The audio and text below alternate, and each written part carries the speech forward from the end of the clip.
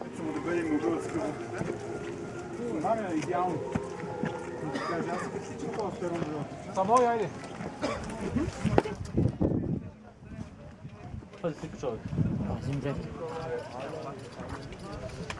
Ajde, jedno, živi se potrebno i... Ja ću da si vjorim.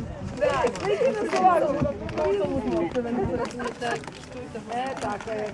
Te se upniši. Jao, tu bi je. No, gotovo tamo ždu. Evo mene, ajde.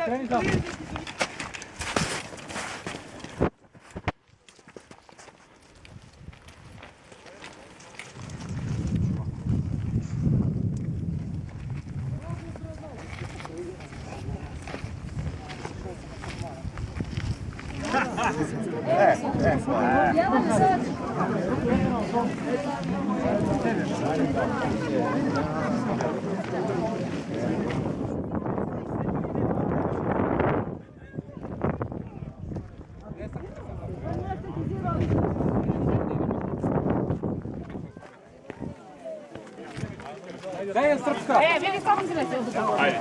Lepo strana. Čekaj, ja sam stala. Vrh da nas strana je. Lepo.